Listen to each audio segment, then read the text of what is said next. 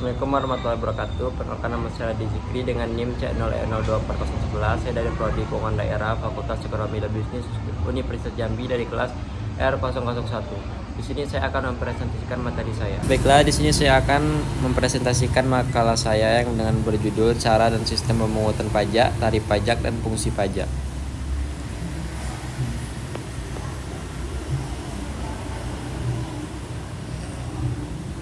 Oke, di sini pajak ini merupakan sumber penerimaan negara yang memegang peranan penting dalam membiayai pembangunan nasional. Tanpa penerimaan pajak yang memadai, program pemerintah dalam bidang pendidikan, kesehatan, infrastruktur, dan kesejahteraan sosial akan terhambat.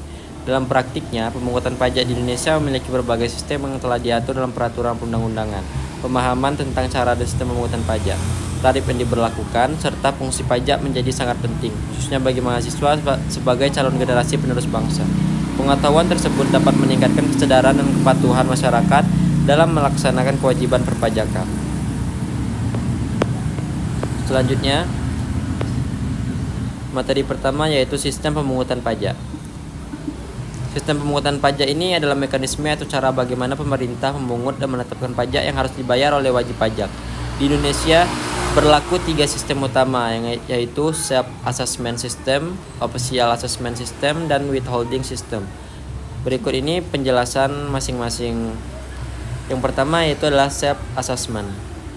Dalam sistem ini, wajib pajak diberikan kewenangan untuk menghitung, membayar, dan melaporkan sendiri besarnya pajak yang terhutang. Pemerintah berperan sebagai pengawas dan dalam kondisi tertentu dapat melakukan pemeriksaan atau menerbitkan surat ketetapan pajak atau SKP jika ada kekurangan atau ketidaksesuaian. Lalu sistem ini umumnya diterapkan pada pajak pusat seperti pajak penghasilan, PPh, dan pajak pertambahan nilai yaitu PPN.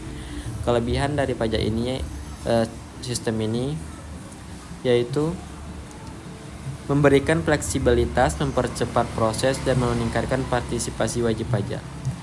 Lalu kekurangannya adalah membuka peluang kesalahan, manipulasi pelaporan, dan memerlukan tingkat kepatuhan dan pengetahuan pajak yang baik.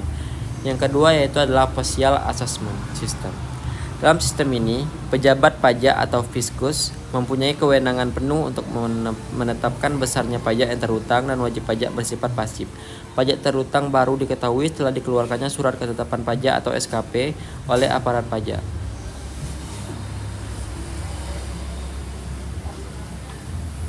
Lalu,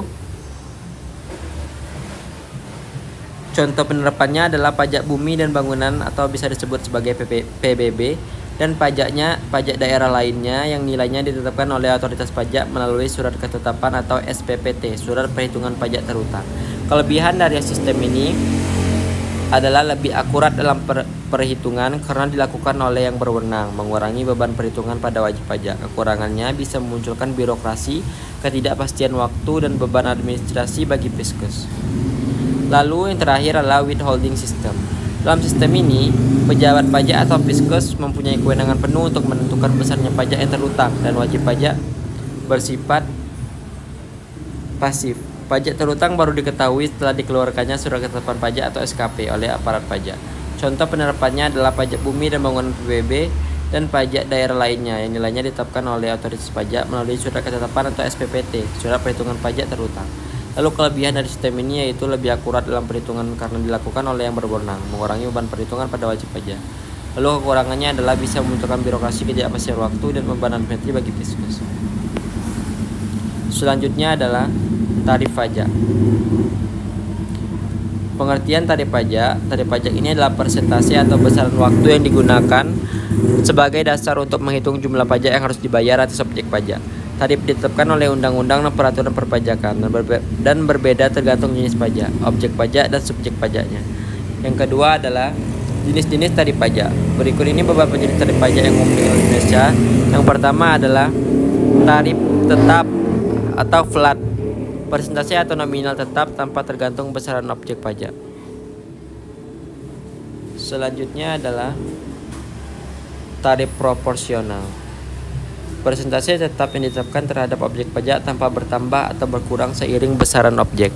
Lalu yang ketiga adalah tarif progresif, persentase meningkat seiring naiknya berdasar pengenaan pajak. Yang keempat, tarif degresif. Persentase menurun seiring meningkatnya dasar pengenaan pajak. Yang kelima, tarif spesifik, jumlah tetap per unit objek pajak, bukan persentase. Lalu yang keenam, tarif ad valorem atau persentase dikenakan terhadap nilai objek pajak. Contohnya adalah biaya masuk impor berdasarkan persentase dari nilai barang impor. Yang terakhir adalah fungsi pajak. Pajak ini bukan hanya alat untuk memperoleh penerimaan negara, tetapi juga memiliki fungsi-fungsi penting dalam kebijakan ekonomi dan sosial. Berikut fungsi utama pajak menurut banyak literatur. Yang pertama, sebagai fungsi anggaran atau budgeter, sumber pendapatan negara. Pajak menjadi sumber dana utama negara untuk membiayai pengeluaran rutin, gaji pegawai, operasional, dan pembangunan infrastruktur, kesehatan, dan pendidikan. Yang kedua adalah fungsi mengatur atau regulasi. Pajak ini digunakan sebagai alat kebijakan untuk mengarahkan perilaku ekonomi, misalnya pajak tinggi pada barang mewah, pajak konsumsi tertentu, dan insentif pajak untuk sektor tertentu. Yang ketiga, fungsi retribusi atau pemerataan.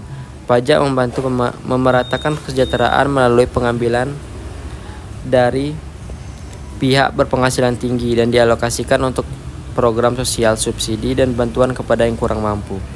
Lalu yang terakhir adalah fungsi stabilitas atau stabilitas ekonomi.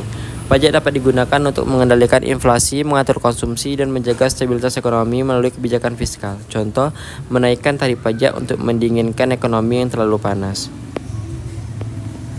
Lalu, kesimpulannya adalah pajak adalah kewajiban warga negara dan sumber utama pendapatan negara. Sistem pemungutannya yaitu self-assessment, official assessment, dan withholding. Tarif pajak ini bervariasi sesuai jenis pajak. Fungsi pajak ini meliputi anggaran, regulasi, retribusi, dan stabilitas. Lalu sekian yang bisa saya sampaikan dari materi saya. Saya ucapkan terima kasih. Wassalamualaikum warahmatullahi wabarakatuh.